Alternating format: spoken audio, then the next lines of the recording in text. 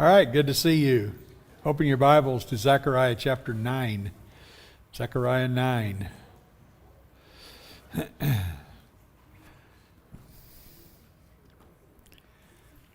Okay, Zechariah 9. So we want to begin this evening by emphasizing the condition of the people before we actually get into chapter 9. Just want to get a little introduction here so that we understand how these people are listening to this particular prophecy. So I'm going to do a lot of questions tonight. So remember the condition of the people in Zechariah's day. How would you describe the condition of the people in 518 at this particular point BC? What would be your evaluation of their mental state at this time? Spiritual state. Both are bleak. Pardon? Both are bleak. Both are bleak, okay? I think that's right.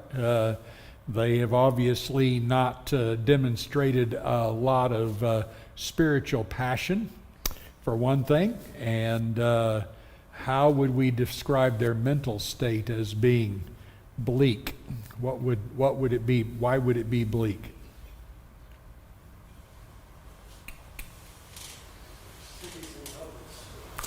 All right, they've come back to Jerusalem. They've been there less than 20 years, and obviously everything is in shambles.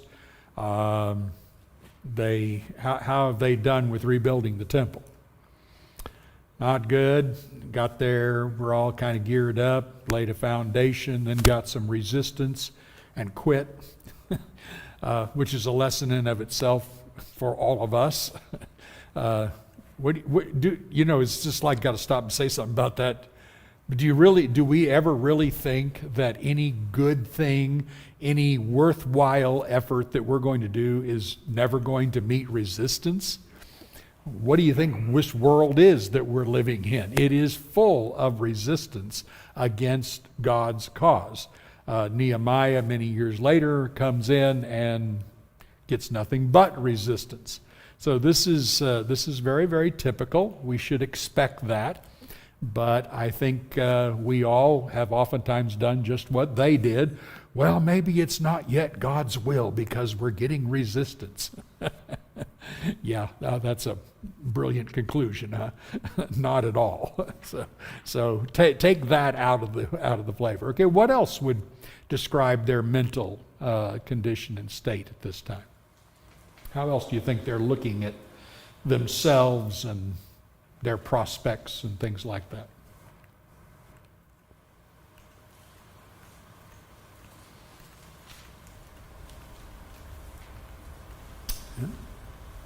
Maybe just like you kind of mentioned, just disappointed in kind of the state of their expectations don't match up to where they are headed apparently, which is kind of what you were.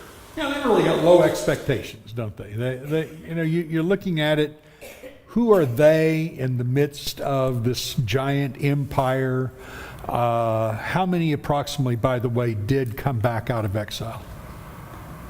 Anybody remember from the book of Ezra?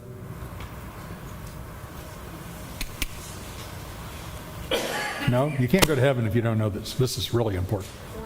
First questions God's going to ask. What? And there's some additional that are listed there as well. So I think it comes up about 49. So approximately 50,000 people return as exile from captivity. So you have probably 90% of the nation that's still in captivity, scattered out. Their condition obviously isn't great. As we can see, most of the Israel nation did not see a real big need in getting up and transplanting themselves back to Jerusalem. They've decided that's not important enough to do. You have their children have been many of them who left to go to captivity are not alive anymore. Their children have grown up. They've built their houses. There's no reason to move, and so we have this small percentage, and the Lord calls them a remnant. a remnant that has returned. What are the prospects to them of building the temple? What do they see as far as a future to them in building this temple? Great prospects? Yeah, this like, they're not even impressed with what this temple is going to look like. It's it's nothing compared to Solomon's temple, obviously. It's not like they're hauling around a bunch of gold to put in it. This temple is so far just a nothing. And what is it going to do anyway? What's the future of it? Yeah, okay, we need to build it. This is a very, very depressing time for these people. And we need to understand how that is. What kind of effect, if you were them, what kind of effect would you think the temple is going to make on the whole world? Remember, the temple is a sign of God dwelling with his people. It's a sign to the nations that they also can come in the days of Jesus. Well, even in Jeremiah, he foretold it would be a place for all nations, a house of prayer for all nations. So it wasn't just for Israel. This was a very important point. How in the world is the promise to Abraham going to be fulfilled, that in your offspring all nations will be blessed? Doesn't that just sound absolutely incredible at this point? So I'm pointing all this out so that you get a feel of why Zechariah is doing what he's doing and preaching what he's preaching. He's very different than Haggai. Haggai just simply says, quit messing with your own houses until you build the house of the Lord. You put everything first, get off your duff and build the house of the Lord.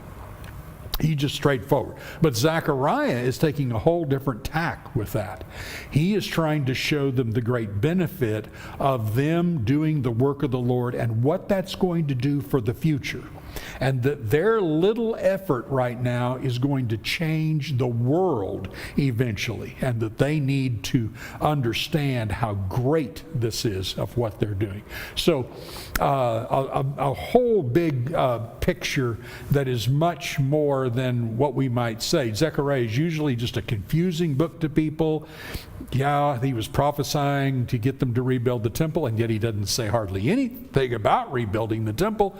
He just keeps talking about the future glory that they are going to have if they get to work. So that's what you want to keep in mind. In fact, back in chapter 8 and verse 6, God even admitted that it would be a marvelous, incredible, impossible thing in the eyes of the remnant about what he was planning on doing. Though he didn't believe it was impossible, of course, the remnant certainly would see it that way. So this is, anyway, critical point that you see here. So when we come to chapter 9, what we're really looking at is God's continuing to give some pictures and some assurances of the greatness of God's promises and how those promises are going to be fulfilled. And we want to keep looking at that particular theme, because he's going to keep following that to give them the encouragement they need to go to work. All right, our first section here then is chapter 9, 1 through 8, and I've just labeled it that God will defend his people. Let's just begin just thinking about just that fact, and we'll read this in just a second. But what he's going to do is he's going to talk about two nations, verses 1 through 4, one nation, and verses 5 through 8, another nation, both of them bordering Israel. And these are lifelong enemies of Israel, and he's going to talk about destroying them and defending his people. So before we look at it, though, do I have this question up here? What would be the significance to the people of God taking these 8 verses and talking about how he's going to defend them and how he's going to destroy nations that border them? Why would that be somewhat shocking to these people? That he's going to come to their defense now. He's going to clock these nations that have always been their enemy, and you don't have to worry about them anymore. Tom? This might be a stretch. I think about his promises to Abraham, whoever curses you, I will curse, and things like that. And so you follow that through this nation. And you see that even though God is judging his people for their sin, ultimately those who hurt his people will also be judged. Good. So you think back of those promises, whoever blesses you, I will bless. Whoever curses you, I will curse. And yet, why would that seem so far off to these people? Why, those are the promises. Why the idea of cursing those who are against them? Why would that seem just so far off to them? Jerusalem was destroyed, and they just spent 70-some odd years. Yeah, what's the history been as far as how much God has protected his people? Big zero, because they have not been doing what they ought to do, and so God has repeatedly. You got 450 years of the judges where God just took them apart at the seams because they didn't serve him. Then you got the period of the kings, and about the best of that period was really David and Solomon, but then after that it was all downhill. So they're not accustomed to God coming to their defense. They're certainly not accustomed to God going, okay, I'm going to take these nations all around you that have been bugging the life out of you. I'm going to take them out. What? This is really, it would be really shocking to read this, encouraging, but again, very difficult for them to think about that. Just think about the last years of Judah's kingdom. You have the good king Hezekiah, of course, that would have come along about 100 or so years prior to the time of Judah going into captivity. But who came after Hezekiah? Yeah, good King Manasseh. Not so great, right? Manasseh is always a reminder that Hezekiah shouldn't have asked for those extra 15 years of life because during that time he hatched out Manasseh. And there you go. So Manasseh reigns about 55 years and is the world's worst. His son Ammon is so bad that he's killed after a couple of years. And then Josiah has a good reign from about 640 to 608, and yet even though Josiah is good, the people's heart is so bad that God goes, I don't care. They're done. And then you have all this. So they've had the last 100 or so years has been an awful history. And then, of course, the 70 years of captivity. So you can imagine how difficult that would have been for them. So how and when is what we want to look at here. How and when will he fulfill these promises? Let's read through the text and we'll get to answering that question. So let's start with verses 1 through 4. The oracle of the word of the Lord is against the land of Hadrach, and Damascus is its resting place. For the Lord has an eye on mankind and on all the tribes of Israel, and on Hamath also, which borders on it, Tyre and Sidon, though they are very wise. Tyre has built herself a rampart and heaped up silver like dust and fine gold like the mud of the streets. But behold, the Lord will strip her of her possessions and strike down her power on the sea, and she shall be devoured by fire. All right, so we've talked about that, and so here is a decree. Which nation is this decree against? See cities, but which nation? Syria. This is the nation of Syria, which is just north of the northern kingdom of Israel, the former northern kingdom of Israel. And of course, they have been a pain for Israel. And here's God saying that he is going to destroy them. And you're just seeing this fact that God is now coming against this nation. He's really, really going to clock them and take them out, Tyre and Sidon, key cities, etc. So, historical fulfillment of this.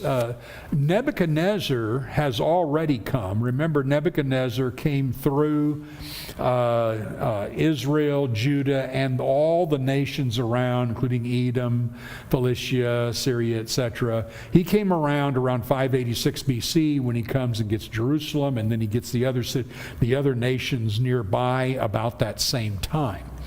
So we've gone a lot of years since that, of course, but Tyre was destroyed at that time. Tyre, though, rebuilds. Now, here's the key thing about what Tyre does. Tyre has an island about a half mile offshore.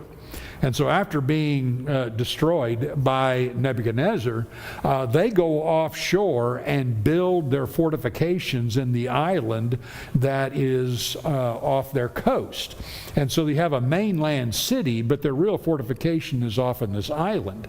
And they built it up and everything. And so if anybody came and attacked them, they just hopped in their ships, which the other country would not have. They hopped in their ships, went off to the little island, and went, nanny, nanny, you can't get to us.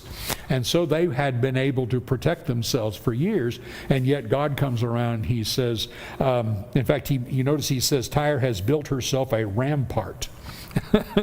He's kind of referring to this little island out here. Tyre thinks they've protected themselves.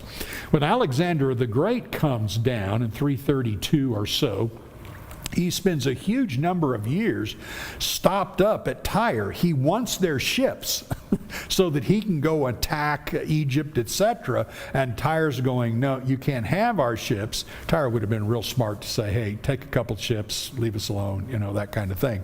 So Nebuchadnezzar spends a number of years trying to get to them. What he does is he takes the old city and scrapes it off into the ocean and builds a causeway across to the new island and goes in and destroys them and takes their ships.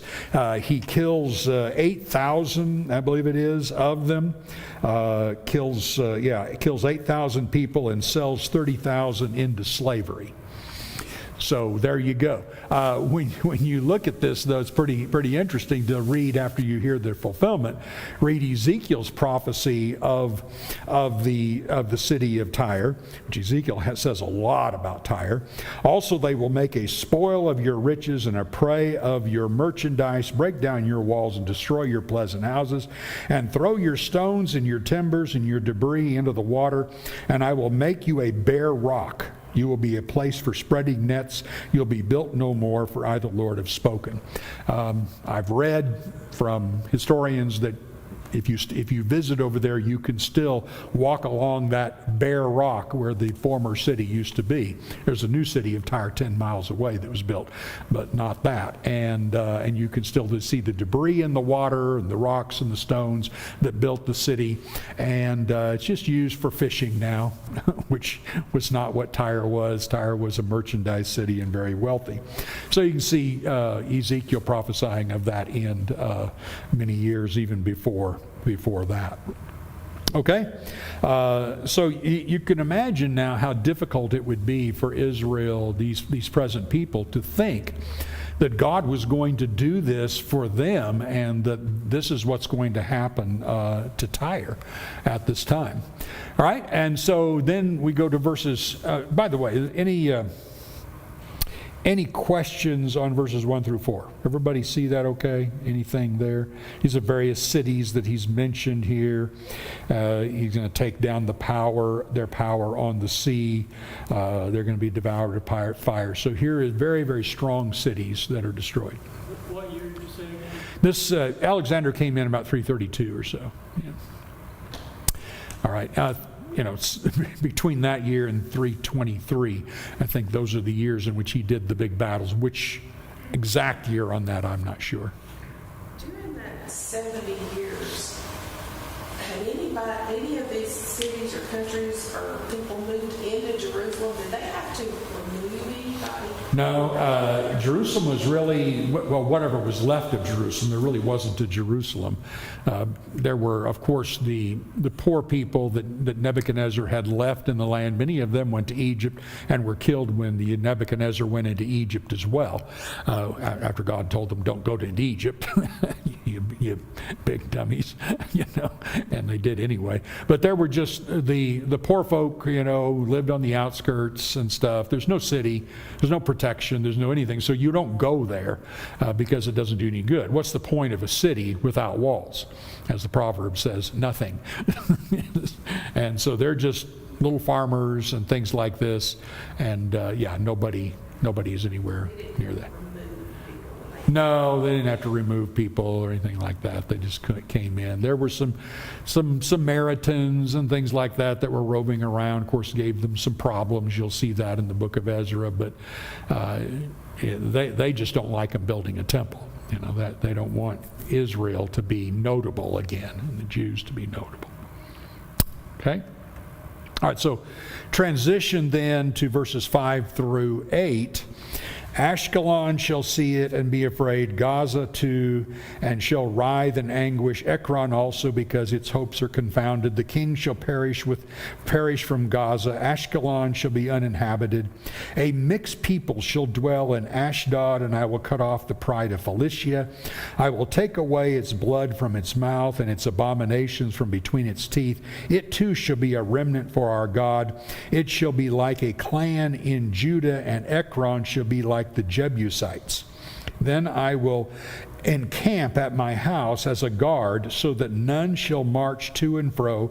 No oppressor shall again march over them, for now I will see with my own eyes. Okay, what nation are we talking about here? This is Philistia, okay? The Philistine nation.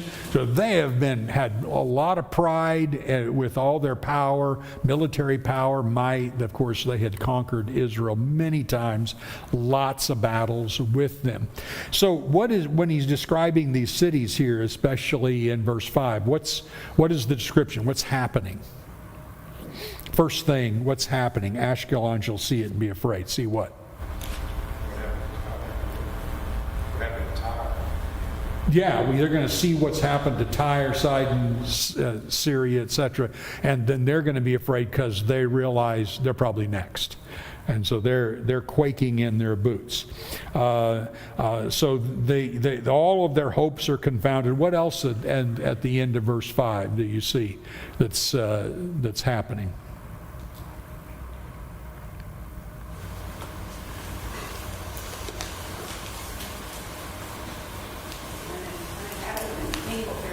Yeah, there's the whole kingdom's going to fall. The king perishes.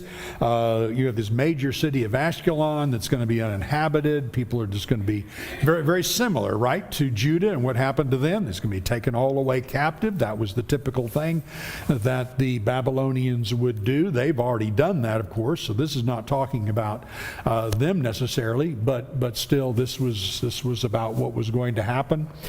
Greek Empire is going to do some of the things that take place here. And in fact, Alexander the Great is part of this. All right, notice in verse 6, he says, a mixed people shall dwell in Ashdod. What would that indicate? A mixed people.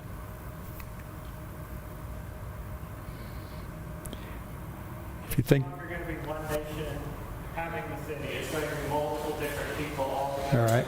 So remember what happened with both what Assyrians did and Babylonians did. It seems like this is similar thing's going to happen when Alexander comes in.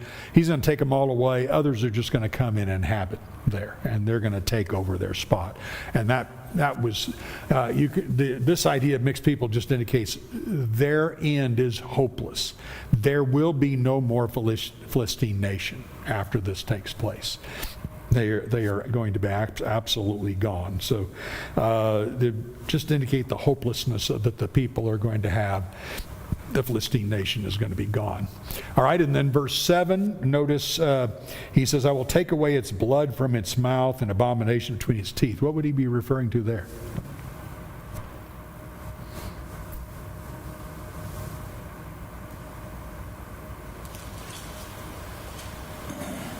Wild guesses? Is it their the meat sacrificed to idols? Yeah, it's their idolatry. They drank blood. They had all kinds of disgusting types of worship activities to their gods, everything that would be defiled and unclean in worshiping these pagan idols. And so he just talks about how that's all going to be taken away from them. He's going to get rid of that stuff going on.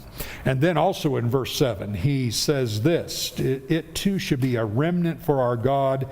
It should be like a clan in Judah, and Ekron should be like the Jebusites. A remnant for our God. What would be that? What would be indicated by that?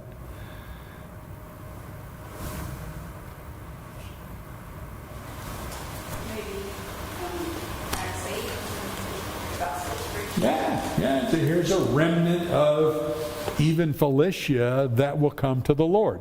So it is not like God just hates the nations. What he's doing is he's purifying the world by getting rid of these nations that have been around for hundreds, thousands of years and have been so wicked, and he finally just destroys them. But there is even in them a remnant that's going to be saved. You'll keep seeing that, by the way, when you read passages like Isaiah will quite often, referring to the coming Messiah, refer to people being saved from all nations that will come. And that's exactly the kind of thing that you see when you get, of course, into the New Testament. All right, so that is as an important picture. So how about Ekron shall be like the Jebusites? Now that's pretty obscure. You might not be able to guess that one, but you could give a try. In Jerusalem, right? David conquered it. Okay, so David conquered Jerusalem when the Jebusites owned it. That's right. And then they became like a clan in Jerusalem. Figure that one out? Pardon? Yeah, they were never. David allowed a few to still live there, but they were now subject to the king of Judah, to God's king. So again, you're picturing a remnant that are living among God's people and become accepted within God's people. So that's just, again, another one of those promises that God has made with that. All right, and then verse 8, he makes this promise to Israel. What is basically the promise?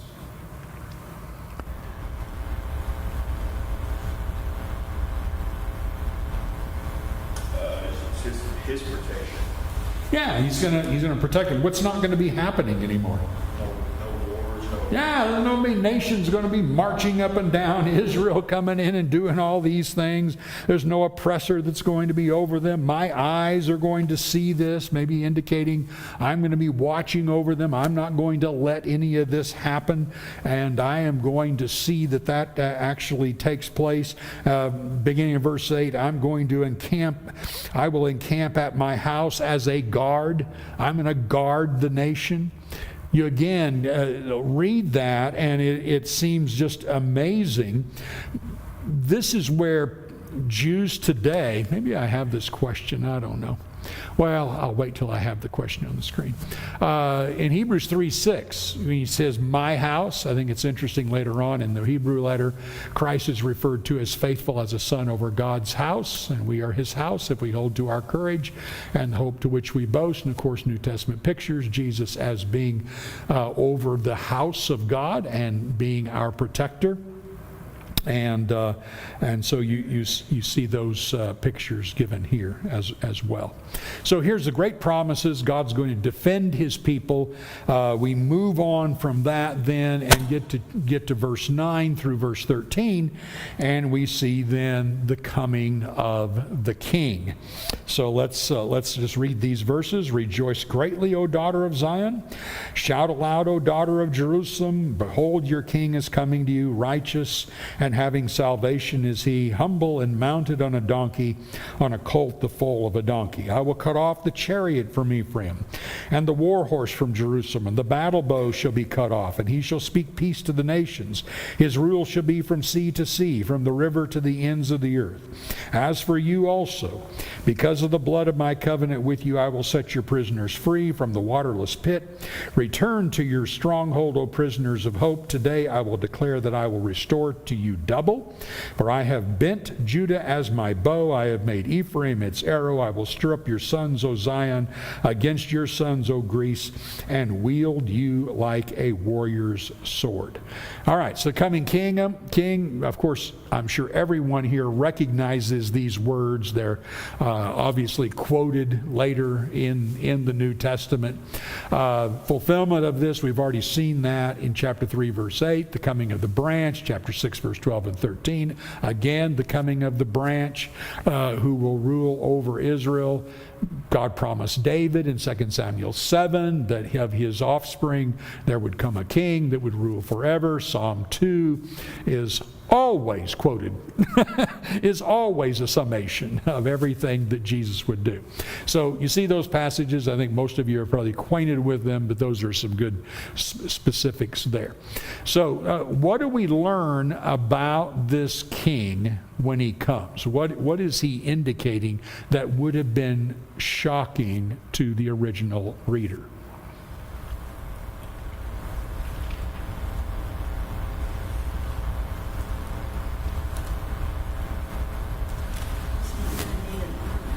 Pardon? Yeah, he's not going to lead an army for one thing. He's not coming in on a chariot and horses and a big army and things like that. Good. What else? It talks about ungodly salvation and speaking peace to nations. Yeah. So I see this as a contrast to these ungodly Absolutely. That are not exhibiting the characteristic that Jesus. Yeah, he's not coming in and conquering them. He's coming in speaking peace. He's offering peace to all nations. He is a peaceful king. What else? He's riding on a very humble animal. Okay, yeah. He's not riding a war horse. He's not all decorated. He's not, he doesn't have all the armaments and all those things. He rides in on the colt of a donkey. Sending a message of a different way in which he's going to, quote unquote, rule the people, conquer the people. It is not going to be a conquering of dominion. It is going to be a drawing people to him. They're going to want him and desire him. And of course, you see that, John 6:44, where Jesus said, that no one will come to me unless the Father who sent me draws him. So they will come because they're drawn to me. And that's what you see. The people came out of Jerusalem, the people were following him, and the people walking with him. Everybody singing the praises of Save Now, Hosanna in the greatest. So great pictures there of what we see, what happens when the king comes. Humble and righteous and having salvation. And then you see he's going to cut off the chariot, the war horse, and the battle bow.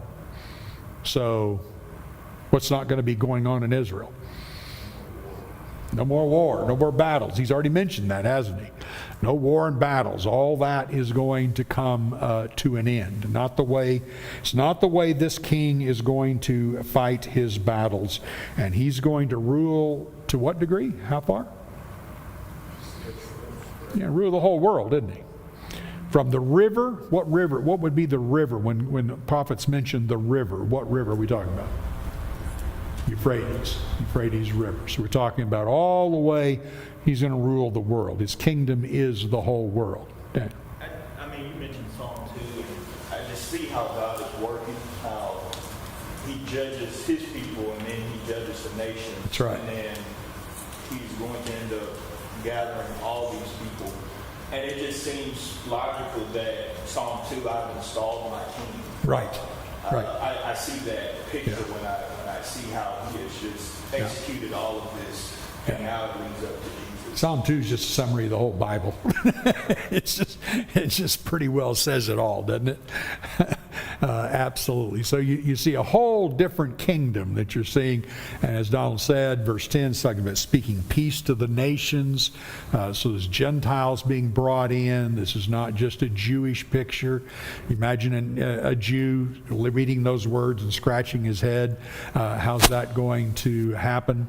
Verses 11 and 12, what do you see there that is a couple of messages of the promises he's made?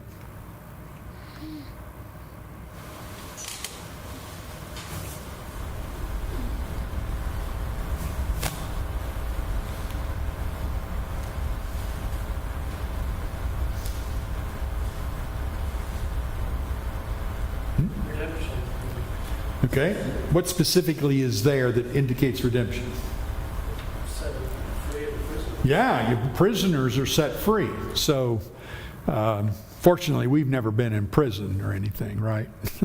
You know, it's funny. I'm going to talk more about this in another lesson, but it's really funny. In John chapter 8, when Jesus said, "You should know the truth, and the truth shall set you free," the Jews who believed in him, which it says that just the verses before, turned around and said, "We've never been in bondage to anybody." And I want to go, what are you, living in America and didn't go to school and get history lessons or something? What is the matter with you? Of course you were in bondage. A jillion times you were in bondage. If not a physical bondage, even a spiritual bondage that was worse. What is in your brain? And of course Jesus goes on and goes, you know, anybody who sins is a slave to it, and you're in bondage that way. Setting the prisoners free. What a beautiful picture, and we need to give more thought to that as what it means for us. And we don't have time to talk about tonight, but it's something I'm working on right now as well that we can think about more. So you see that message. Notice this blood of the covenant. That's an interesting. There's going to be a new covenant. Jeremiah has already said that before Zechariah is written. And this new covenant's going to come. I'm going to remember your sins no more. And this is going to be because of blood, a covenant made that is touched by blood and made sure then to the people. So very, very important situation there. You notice also what battle is this, by the way, in verse 13. There's a hard one. Or maybe not so much hard. What would you conclude that battle is? Judah and Ephraim taking their bow and their arrow and battling against Greece. You remember that in your history?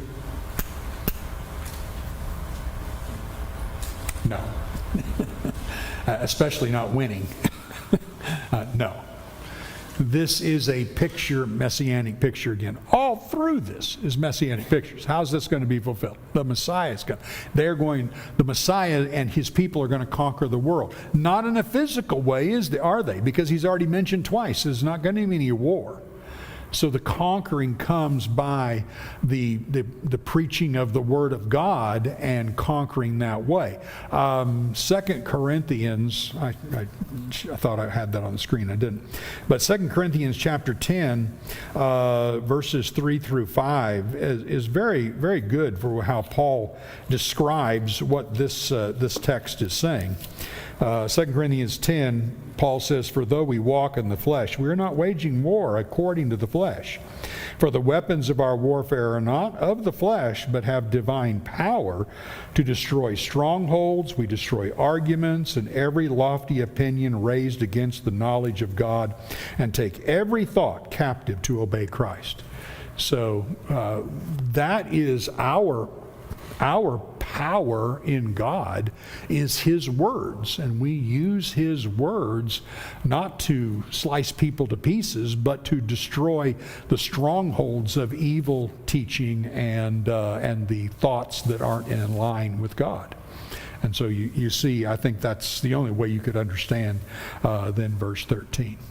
Okay, we just got 5 minutes here. I want to hit this last part, verses 14 through 17.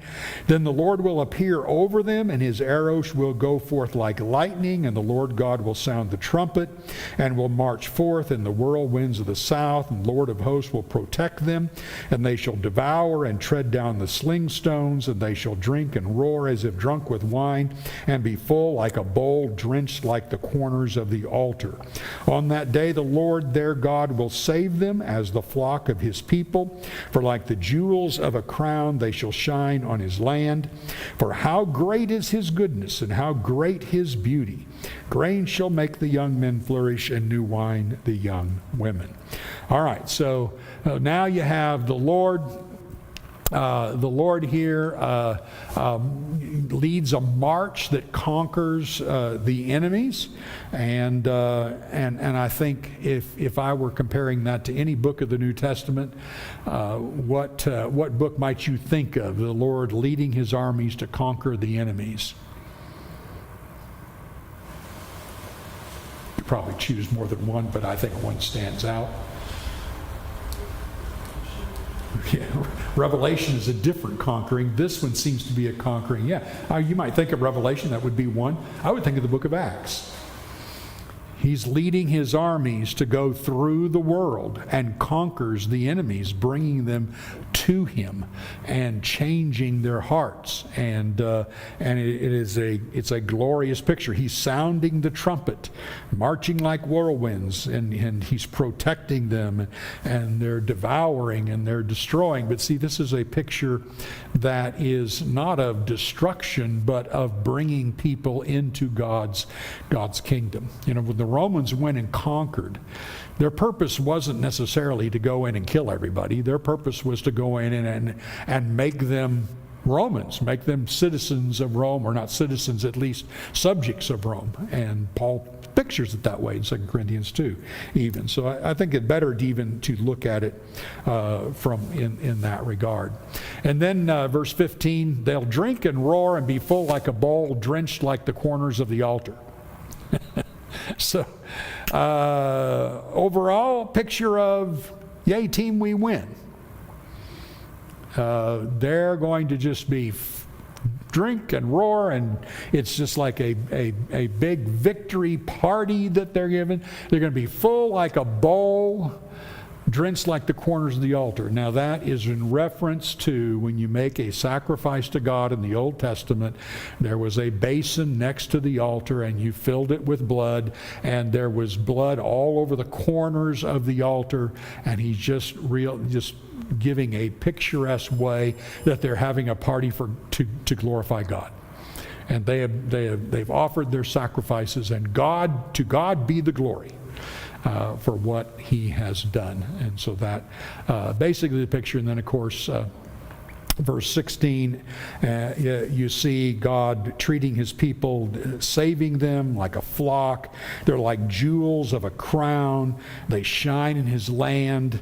Goodness, there's so much about that. Titus 2:11, 1 Peter 2 talks about how that we are his special chosen people, his prized possession. He's lifted us up. We are the jewels in the crown, so to speak. And this is what God has always purposed for us. It's what he always desired for us.